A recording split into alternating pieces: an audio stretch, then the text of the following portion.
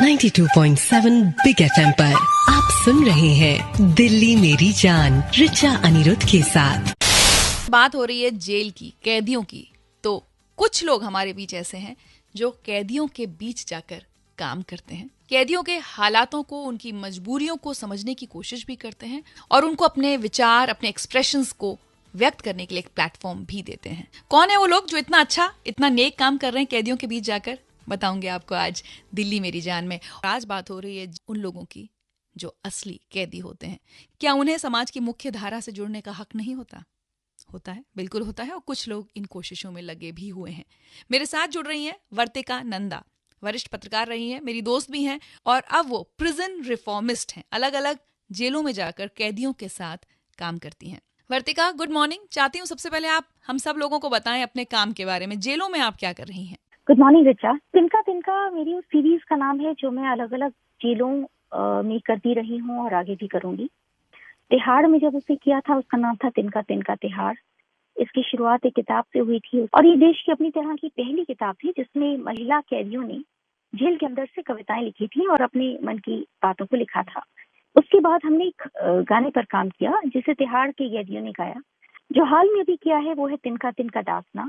दासना गाजियाबाद की एक जेल है। इसके जरिए भी सबसे पहले एक दीवार हमने बनवाई अंदर, जो देश की किसी जेल की अपनी तरह की एक अनूठी दीवार है, 3D पेंटिंग है और जेल की जिंदगी को डिपिक्ट करती है।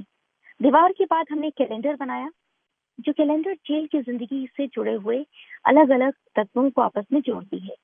और अब इसी सीरीज में किताब आई है जिसका नाम है तिनका तिनका दासना। इस किताब में जेल की जिंदगी को आपस में बांधा गया है। तो वर्तिका, आपकी जो किताब है तिनका तिनका दासना, इसमें से कुछ पंक्तियां सुने हम। इस कविता को राम कुमार गौतम ने लिखा है। ये दासना जेल में बंदी है। इस कविता का शीर्षक है पराजित नहीं हुआ हूँ अभी। माँ, पराजित नहीं हुआ हूँ अभी, हताश नहीं हूँ, कुछ तन्हा हूँ, कुछ उदास हूँ, लेकिन पराजित नहीं हूँ। ये माना कि उलझा लिया वक्त ने उलझनों में, सुलझा दूंगा इनको भी एक दिन, निराश नहीं हूँ। माँ, तू ना भिगो अपना आंचल आंसुओं से, ये बिल्कुल ना समझ कि मैं तेरे पास नहीं हूँ। माँ, रोज ओढ़कर सोता हूँ तेरे स्नेह का आंचल, क्यों ये सोचकर गुमसुम है कि तेरे साथ नहीं हूँ। मैं लौट कर आऊंगा एक दिन, ये उम्मीद रखना, जो पूरी ना हो सके मैं ऐसी कोई आस नहीं हूँ। पलट दूंगा इस वक्त को, बदल जाएगा जमाना। सुन माँ, तेरा बेटा हूँ, कोई जिंदा लाश नहीं हूँ। माँ, पराजित नहीं हुआ हूँ अभी, हताश नहीं हूँ। क्या बात है वर्तिका, आपने तो भावुक कर दिया मुझे। और खासकर अगर हम इस बात पर ध्यान दें कि कविता एक कैदी ने लिखी है, हो सकता है उसने कोई अपराध किया हो या ना किया हो, लेकिन ये कविता एक बेटे की है, एक माँ के नाम। बहुत ज़रूरी है बहुत सारे ऐसे कैदियों को एक मौका देना जो शायद अपनी ज़िंदगी में सुधरना चाहते हो, अपनी ज़िंदगी संवारना चाहते हो। वर्तिका नंदा, जो कि खुद एक कवि भी हैं, वो जेल के कैदियों को मेंटोर करती हैं, ट्रेनिंग देती हैं, इनकरेज करती हैं कविताएं लिखने के लिए।